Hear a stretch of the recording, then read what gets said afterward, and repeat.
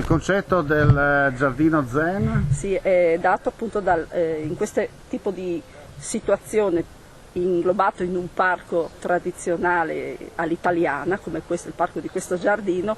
L'elemento che abbiamo trovato adatto a inglobare un giardino zen, dunque con gli elementi del giardino zen, erano questo viale creato in ghiaia in cui richiama il ruscello secco, dunque il ruscello utilizzato all'interno dei giardini tradizionali giapponesi. Certo. Dunque, in cui l'elemento è la ghiaia rastrellata e data in forma di acqua, dunque il pensiero pulito zen, e poi la roccia, la montagna, l'elemento fermo dietro di noi, e in questo caso viene dato, qui abbiamo messo gli elementi orizzontali, poi ci sono anche gli elementi verticali, dunque ci sono diverse.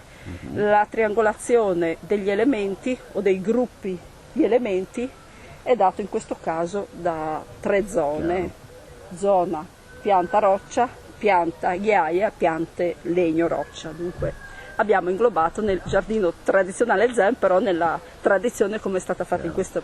Senta, per i profani, no, in particolare, sì. Ecco, creare un giardino zen cosa vuol dire? Giardino zen, bisogna identificare un sito adatto che trasmetta calma e pace, pulizia e chiarezza mentale, dunque che alla vista ci trasmette pace. Se non possiamo inserire l'elemento acqua viene dato dalla sabbia rastrellata, nel caso, e le rocce, i muschi e i sempreverdi, sono le piante più che caduche, sempreverdi, possibilmente piante. Se possiamo, gli elementi da utilizzare, se vogliamo farlo, sono legno, pianta.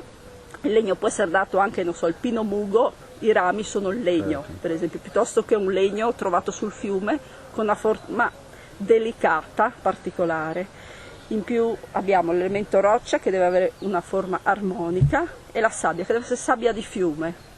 Sabbia di fiume facile da rastrellare, all'asciugatura, non ghiaino, perché tanti ho visto mettono ghiaini colorati, questo non è, quella poi sono interpretazioni occidentalizzate del giardino zen. I muschi, i luoghi d'ombra, i luoghi di sole, i luoghi di meditazione, dunque era un luogo anche per prendere il tè in giardino oppure diciamo soltanto per meditare.